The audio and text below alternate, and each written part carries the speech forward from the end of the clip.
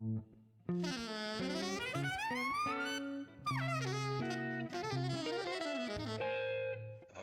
Jazz.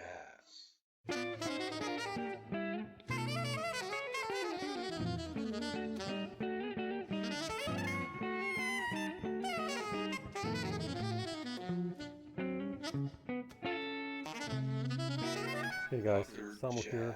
Thanks for checking out the channel and its contents. And if you feel like it, please do subscribe.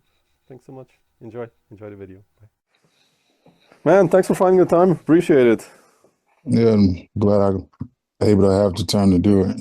Yeah, I'm probably busy, right?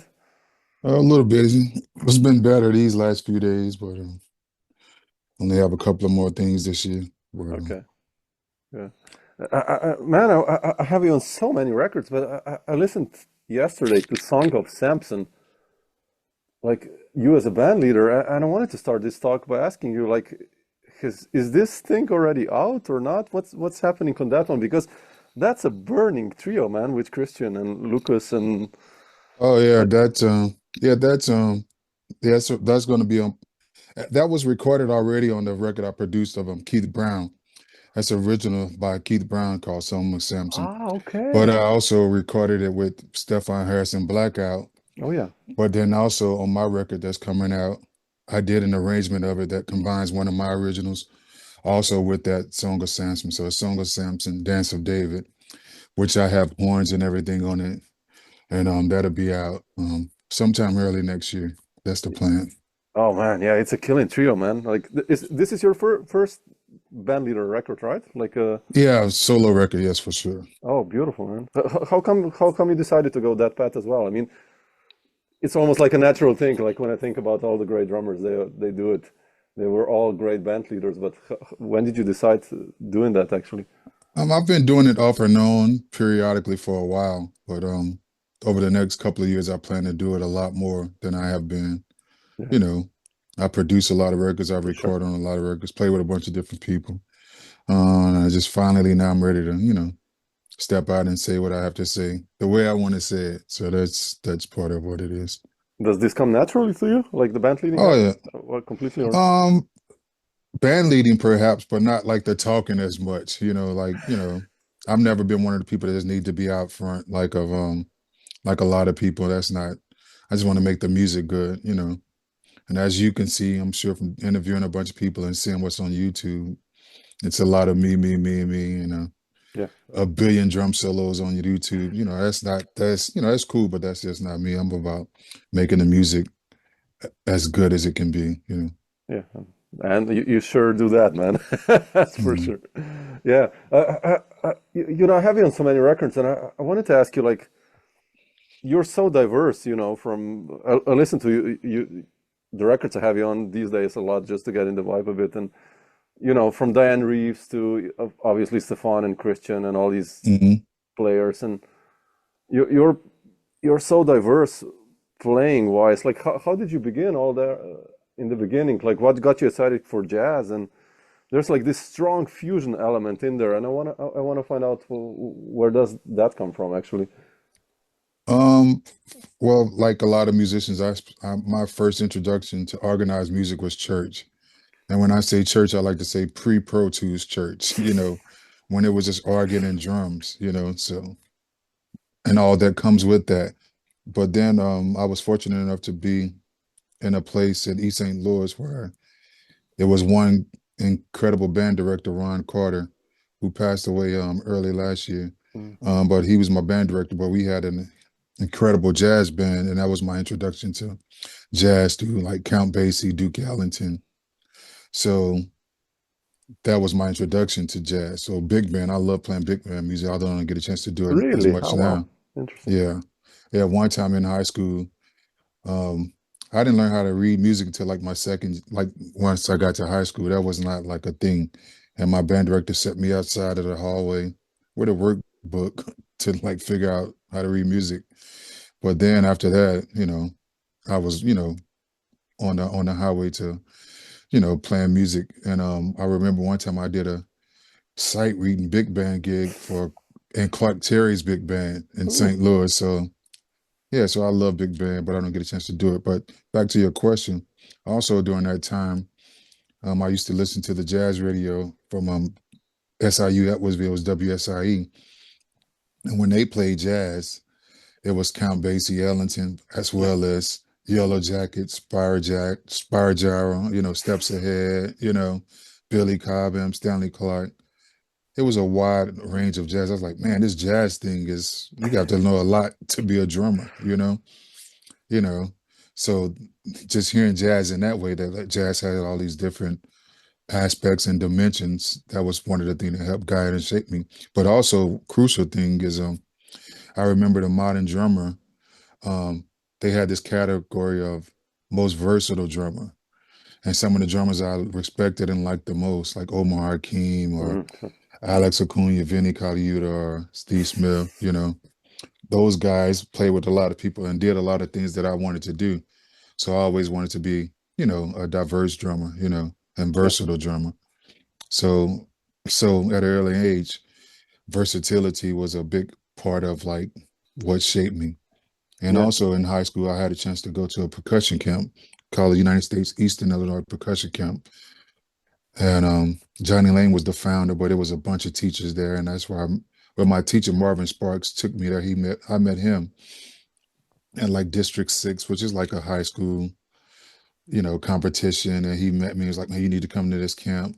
And then that changed my life because we played timpani, concert snare drum, marching snare drum. Then it was a class where you just played all Latin percussion stuff. And then it was a class where you did African stuff. And then, drum set, Latin drum set, funk drum set. And in a place like this, I met Louis Nash and Dugu mm, Chancellor, Ruben Alvarez, a bunch of musicians attended this camp, but it was a eye-opening experience for me. Like, wow, all of these things fall under the aspect of percussion. You know what I mean? So yeah, those two things, the radio, being in a jazz band, and being at that camp, helped to shape and let me know that I needed to be a well-rounded percussionist. yeah.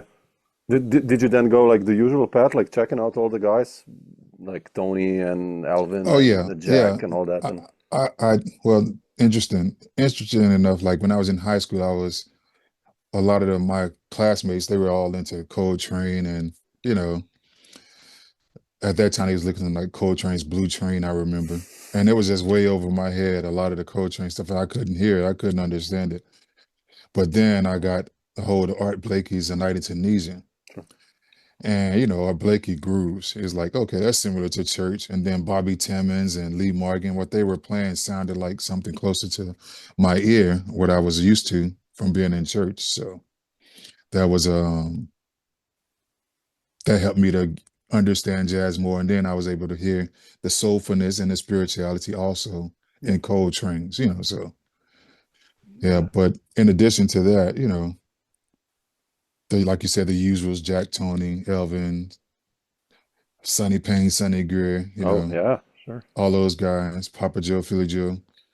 I was also checking out, Dudu and Daya Rose or Treelock Gertrude or Oh, really? Well, interesting. Afro-Cuban de Matanza or Ola Doom. Oh, yeah, So all the other types of music, I was really trying to understand like what makes this music.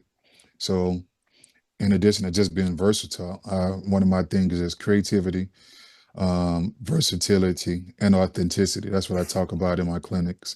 So I have to, in order to figure out what those things are, to be versatile, you have to be authentic, right? In order to make the music be the music, it has to be authentic. So I remember how most Americans play a samba, and then when I saw Ola Doom oh, and sure. was in Brazil, I was like, this has nothing to do with the samba that we play. You know what I mean?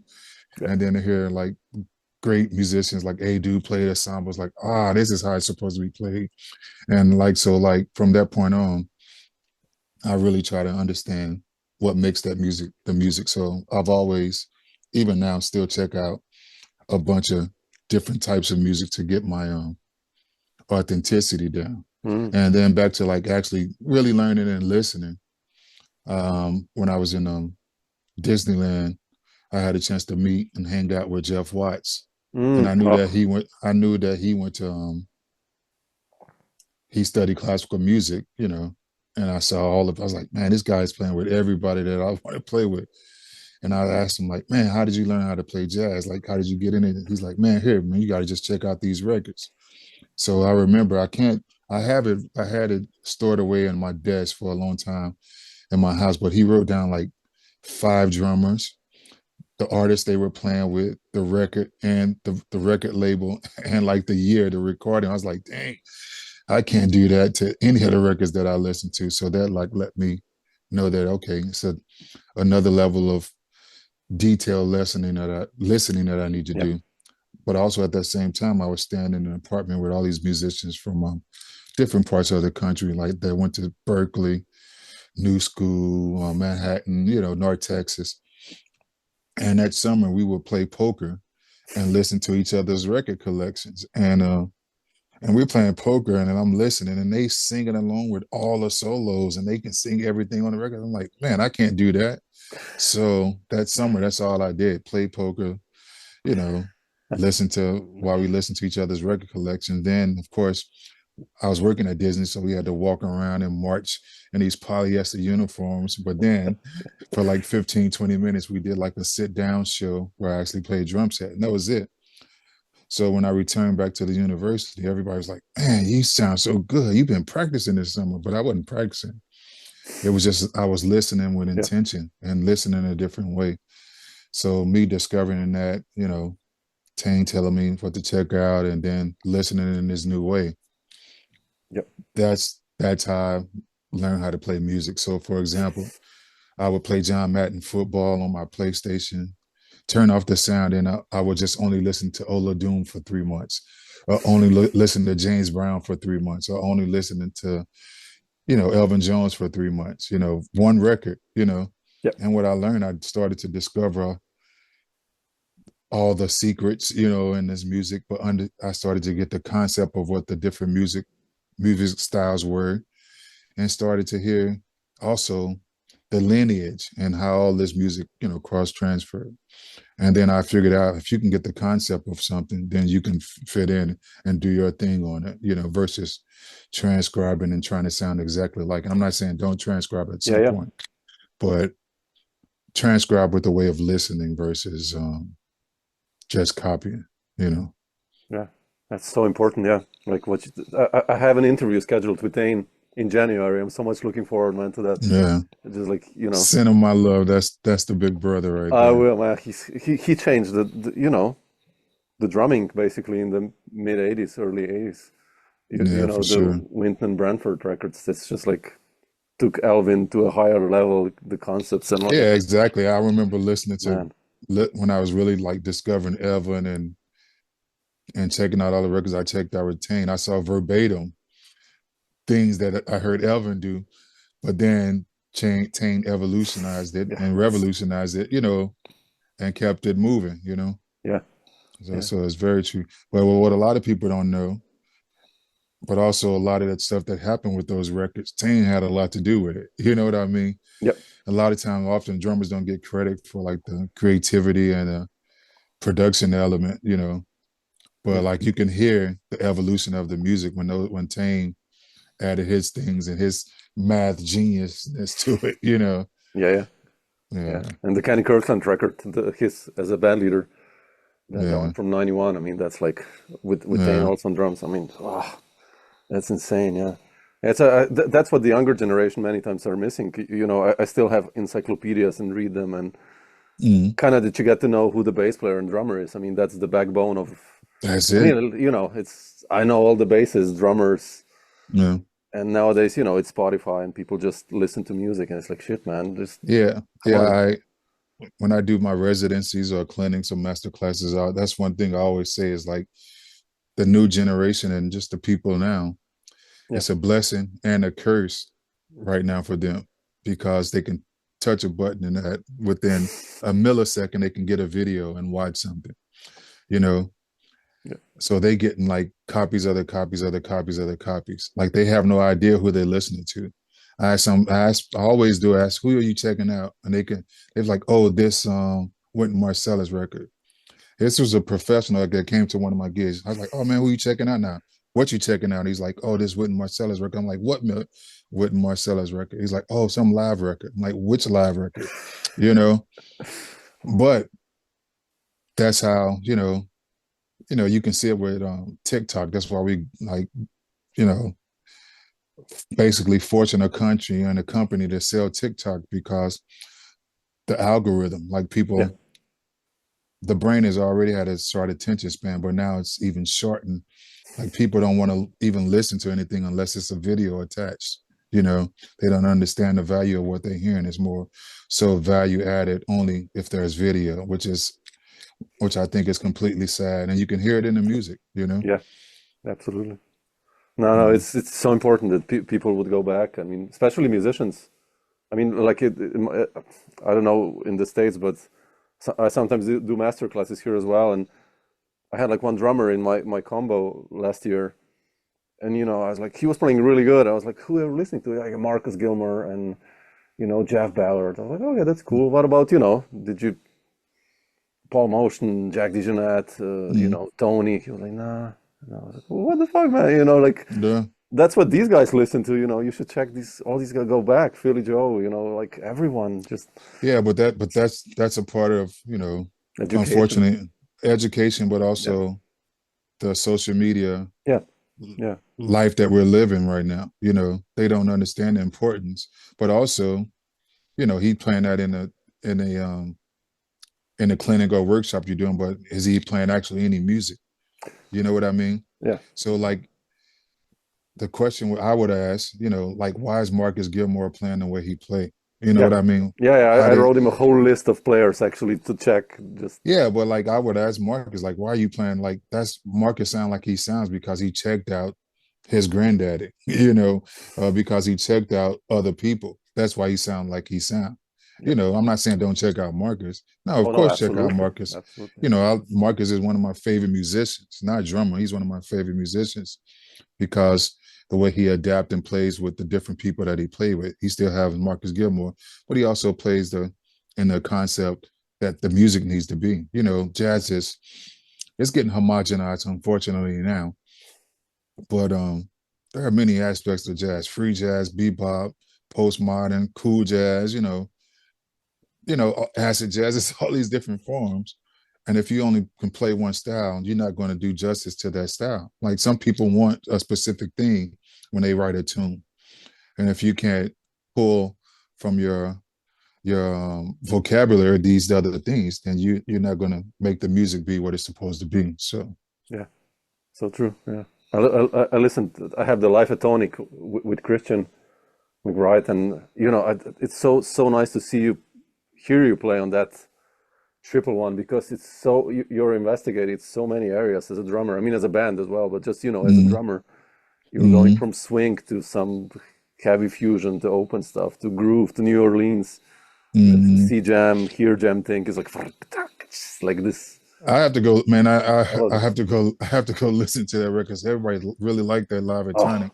But I only remember listening to like the one CD. Because I remember I was kind of being like a baby because I was mad because there weren't no mics on all of my drums, because we had recorded with Joe Furler, who's like an incredible engineer. Yeah. And the way he had the drums sounded on Vertical Vision, and he's recorded a bunch of drums, and like you can really hear my sound the way he had the drums. But I remember like on Live at Tonic, I only had like maybe 3 mics or something crazy. Wow. It wasn't like, so I felt some kind of way. So I never ended up checking out the other jam band stuff that we did on the other 2 records. So one of these days, maybe over this Christmas holiday, I'll go and listen to them.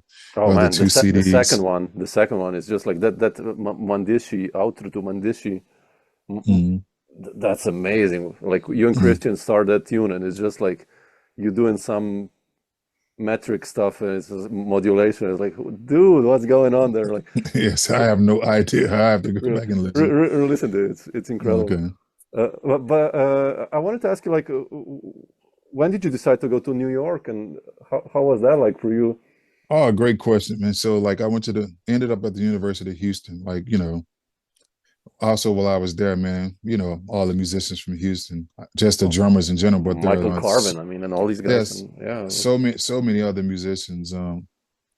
So after I left the University of Houston, moved to Atlanta because it was like the hip hop thing was huge in Atlanta in the mid '90s, and but I ended up playing in this straight ahead band called Swing Association that we worked all the time, you know. But while I was here in Atlanta, my best friend in college, his name was DeAndre Hampton, and he was like he moves to New York after he left University of Houston. Well, he went to William Patterson, then ended up staying in New York, and he wrote me a letter. It was like, dude, man, you need to bring your butt up here. They would love you up in New York. You have to come. You have to come. So he wrote me the letter. I got it. Like, just imagine a buddy writing you a letter, first of all. And I think I still have it.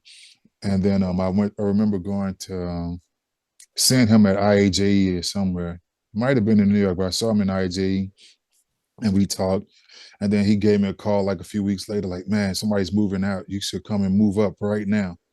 And that's what I did. I moved up, and I remember kind of taking this halfway journal, and I like wrote in a notepad like my experience in New York. So that first week, I didn't do nothing. I was so overwhelmed by being in New York. I just kind of walked around the neighborhood. I didn't think about any music. And then I remember went to a jam session. I think it was called the Savoy. It was at like the bus terminal on 42nd, 43rd Street. Sat in, and literally I had a gig the next night. Somebody like, man, come do this gig with me, you know. And I think it was myself, this trumpet player from New Orleans, a beautiful guy, and Taurus Martin did like a trio record. I mean, a trio gig. Ooh. And from that point on, it was nonstop. And I remember I had saved like a few $1,000s to live in New York. And I ended up never have to go into my savings because I just started working right away. And to go back to like what you said about like versatile and playing all these different styles, one thing that I strategically and purposely did in New York, man, I was in the Black Rock Coalition, was in the live drum and bass scene. Like it was like me, Tad Danziger, JoJo Ma was like pretty much the few cats that was doing live drum and bass around New York. Then I was playing at the Wetlands with the Roots, you know, Soul Cafe, doing a lot of hip hop stuff. Yeah. Or I was playing with the Africans with the Sons of Dudu and Daya Rose, with what's Craig's name? Trombone player. Craig Harris. Craig Harris, you know, did a gig with him, and I'm playing. Beautiful. You know, Craig is like last minute dude, so we doing this gig, and I'm doing all these. We start doing this African groove, and we looking at each other, all the drummers, and I'm playing, and then we do a call, and they're like, I'm looking at them like, how you know this call? They're like, how you know this call? You know, ends up it was the Sons of Dudu and Daya Rose, you know, and I have been checking out that music religiously. So, you know, but what I didn't do, you know, I played with Lauryn Hill, Common, you know, a lot of different people. I didn't tell people that I played jazz or I played hip hop. No, I just did it, you know, because in New York, they would, if you say you do one thing, they would like be like, you can't do nothing else. You know, it's a lot different now, but when I came to New York in the late 90s, 98, you know, it was a whole nother ball game, you know.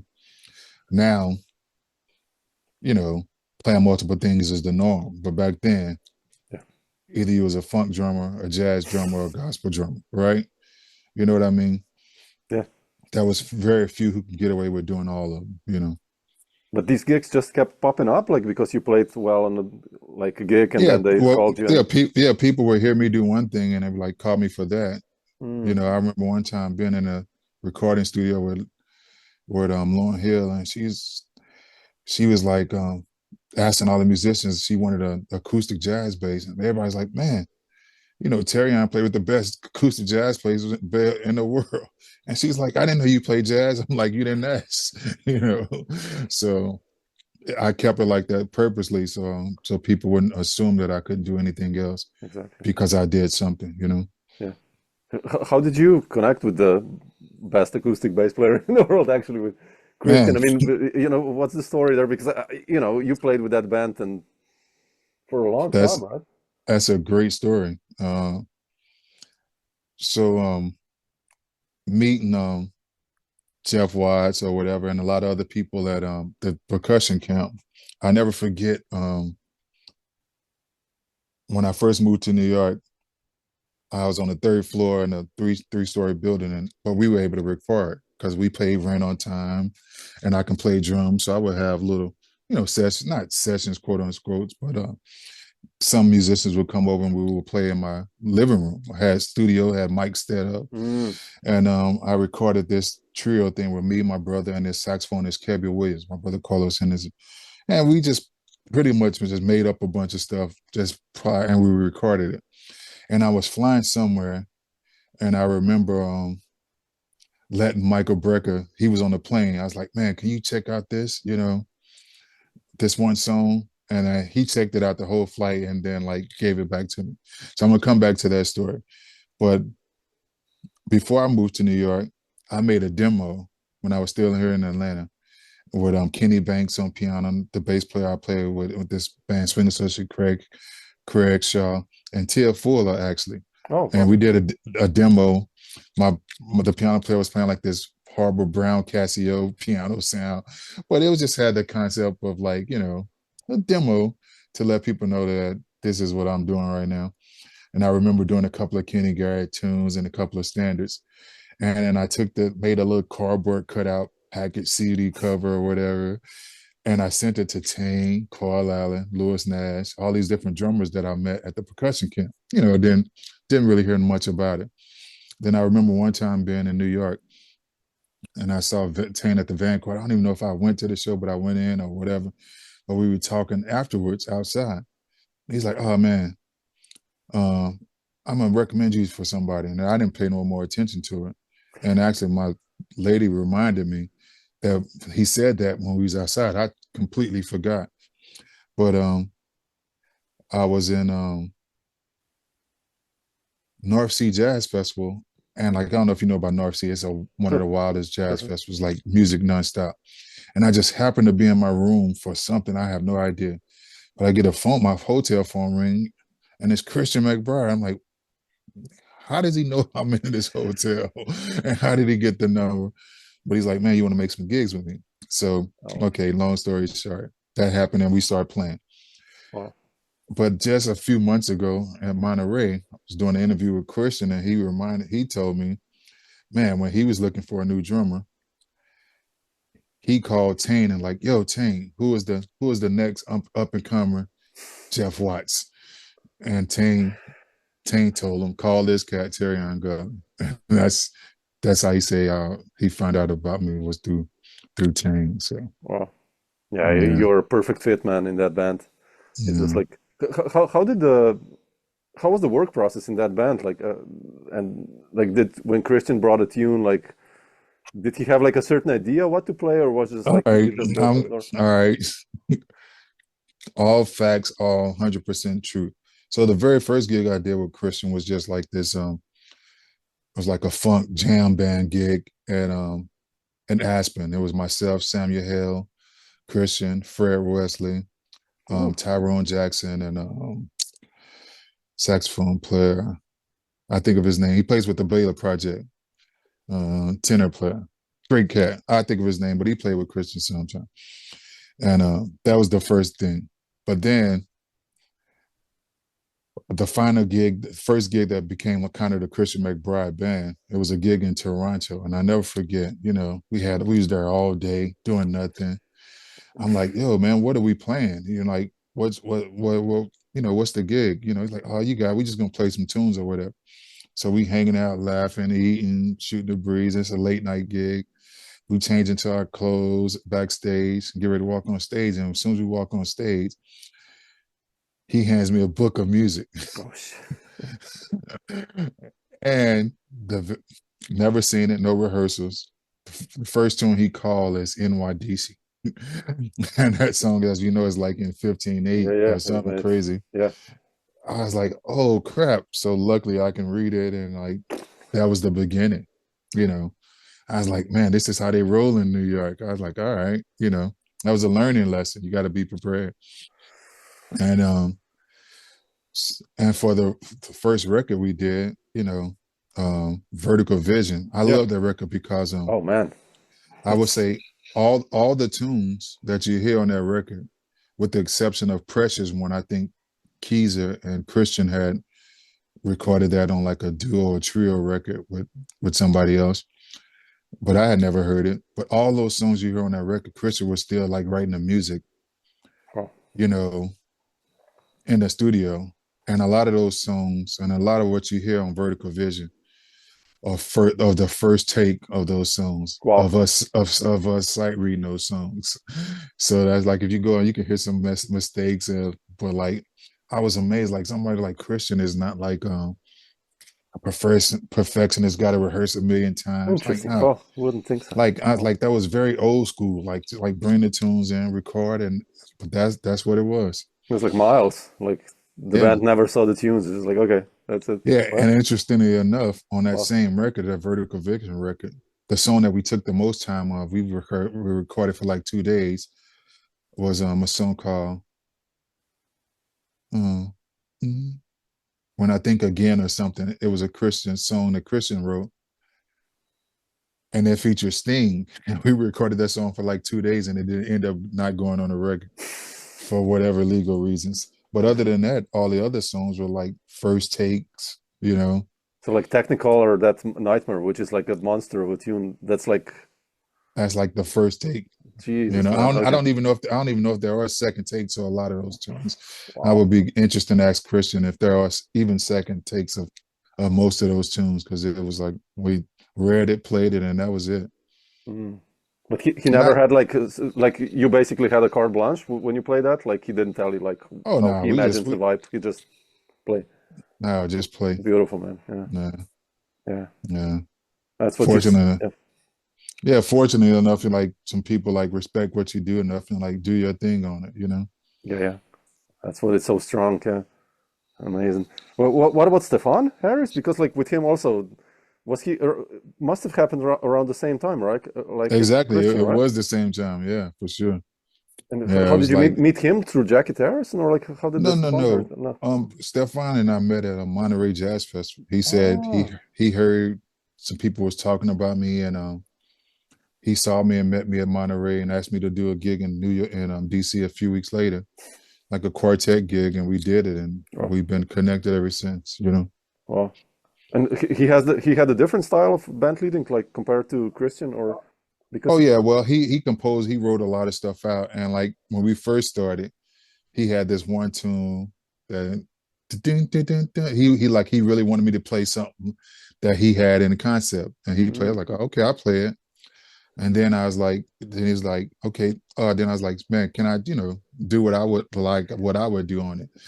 And when I did that, from that point on, he's never asked me to play anything. yeah, And that in turn, created. If you listen to Blackout, yeah, yeah, of course, yeah, he said a lot of times when musicians sub, it's completely different because um, kind of like the way I went pros to any music. Like I play parts, I try to play stuff that fit the music, not just some ambiguous, yeah. ambiguous straight thing that's throughout the whole song. Like I like to try to make grooves and make stuff connect to the music. And in turn, that stuff has become part of the actual songs now, so. That's so important. What you said before already, yeah, when we talked, the drums are such an integral part. What when Tane, did the '80s records.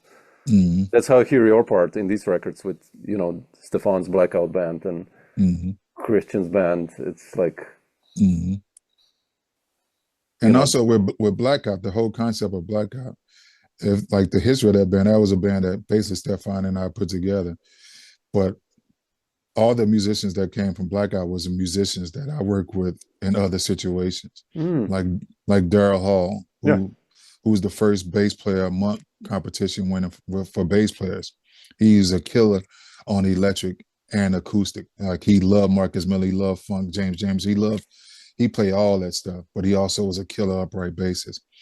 Casey Benjamin, I played on yeah, Casey's senior recital. He and I have been friends for many years. And then with Mark Carey, Mark, yeah, him and Roy Hargrove used to record at Mark's house all the time, but also play with Mark with Abby Lincoln. So those were all musicians that I had relationships with, you know, and like that's how, the band Blackout was formed. But the key ingredient and the common denominator of this, all those musicians were, all these guys loved to play everything. You know, they understood the concept of church, Yep. go-go. If Casey was an incredible singer, keyboard player, he knew all kind of music. And the same with Daryl, and the same with me. So the concept of Blackout was like, man, we want to bring all this stuff that we grew up with, the stuff that we really like to play, but also we love playing jazz. So the concept of Blackout was like merging all these things together in an authentic way, and something Yeah. that the ancestors would appreciate that we were doing, Yeah.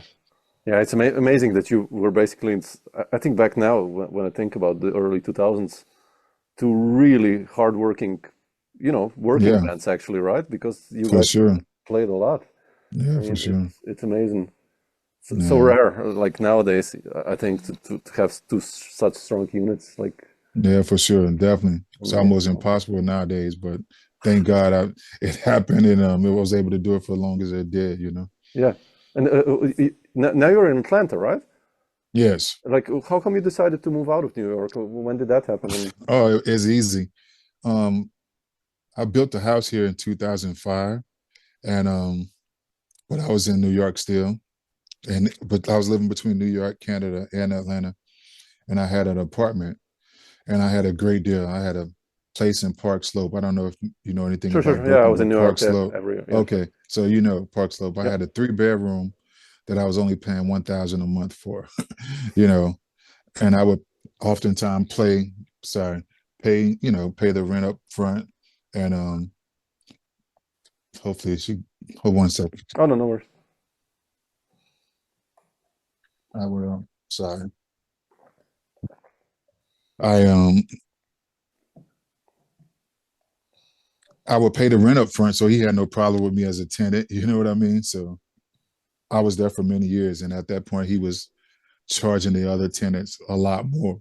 So I never forget, I was in Europe on tour for somebody for a long time. And he's like, man, and now that I think about it, it was kind of jive. He's like, you have to leave now, or the rent is going to be like from 1,000 to like 3,000. I was like, nah, you know. I'm like, so I paid some guys from Brighton Beach, couple of guys, and they went and packed up my whole apartment, and packed it up, loaded it up in an 18-wheeler, and drove it down to my house in Atlanta. So, Wow. but at that point, I was on the road all the time anyway, So, and so that's the only reason that I left, was because it didn't make sense to pay 3,000 a month Sure. for a place that I wasn't at anyway. Did it change a lot for you musically, like moving from New York to Atlanta, or not really? I mean, of course, like you can't do a lot of local things in New Yeah, York that you would like to do, and as you know, the scene has changed completely. You know what I mean? yeah, At one point, like, you would like to be in New York because like you would go to a session and you can see Christian, McBride, or Roy, or Nicholas, or all these cats hanging. But like that ended, Now if you wanted to get together with some cats, you had to go to the crib. Cats got together at the houses and played. yeah, So that aspect, you can do that anywhere now. So, but yeah, the scene changed so much. But I do recommend anybody who's, want to play music, I would definitely do that, spend some time in New York. Because to be around, a bunch of killer musicians, yeah. and you still have a place like Smalls, and I think they have a session at Smoke and a couple other places that cats go and play. Yeah. That's a good learning ground, and then just to see where you're at and see what everybody else is doing. Yeah. Terry, and I wanted to ask you also about did you have an opportunity to play with some of the elders as well? Like, because you started so early to play with Christian and Mm, Stefon. I mean, like mm. with the older generation, like I don't know, Yeah, I got a chance to play with like Bobby Watson, really. Curtis Oh, I didn't know that. London, Wow. Abby Lincoln, of course, How was that Um, like to play with Abby? I mean, I know you oh played with man, that Dianne was Reeves, and like, how was Abby like? She was oh notorious she for was young drummers. it was a spiritual thing. It was Mm, the same thing. It was so like I think she came out with the record called Another World from Verve, I remember. yep. And that's the first tour I did. You know, I didn't know the record. I didn't know that's what we were doing. They just like, can you do these dates or whatever? And I never forget we got to Europe and I actually have my itinerary like it was like 90% days off. You know, we were in Paris for like a week with one gig, you know. So we would actually go way before we actually did a gig. And I'll never forget, like, man, when are we going to rehearse? When are we going to practice this music? 1 day, 2 days, 3 days, 4 days, no rehearsal, no practice. Then all of a sudden, it's the day of the show. Sound check, we just do like one ballad. I'm like, where's the music? No music, you know. The band goes out and do a one song, trio song before Abby comes out. And Mark is like, one, running out of time. One, two, I don't know this song. You know, he just calls a tune and I'm just playing, you know. And the whole gig was me just playing, not having any idea what the music was, what it was going to be, not having any sheet music to look at.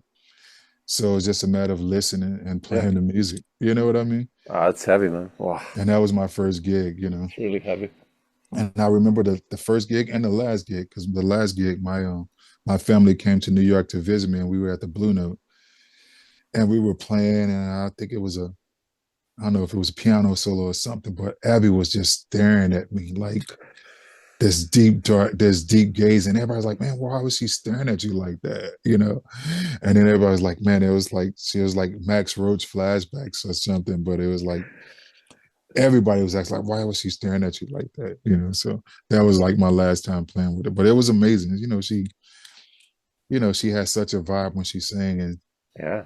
the history of her, of her life, of her music, her and Max Rose. Yeah. Yeah. So it was like a spiritual experience playing with her. So many drummers played with her, right? Like, so many drummers who are now amazing played with Yeah, singers like, Betty yeah, for sure. Carter and Abby and Yeah, all yeah, these incredible singers, and it's yeah. interesting. Well, uh, what's on the schedule for you in the upcoming months? I mean, you said this record might come out, so Yeah, fingers well, crossed. Looking forward to that. But man, touring so wise, interesting enough, this was supposed to, it's still going, it's still going to be a spectacular year, but it was supposed to be even more spectacular because the CMB, the Chris McBride band was supposed to do a reunion tour, woo, but they canceled it because oh, now they're focusing on the big band record that he just did. Hopefully, prayerfully, he'll come back around and we'll get a chance to do the reunion band again at some point. But we were supposed to do that tour.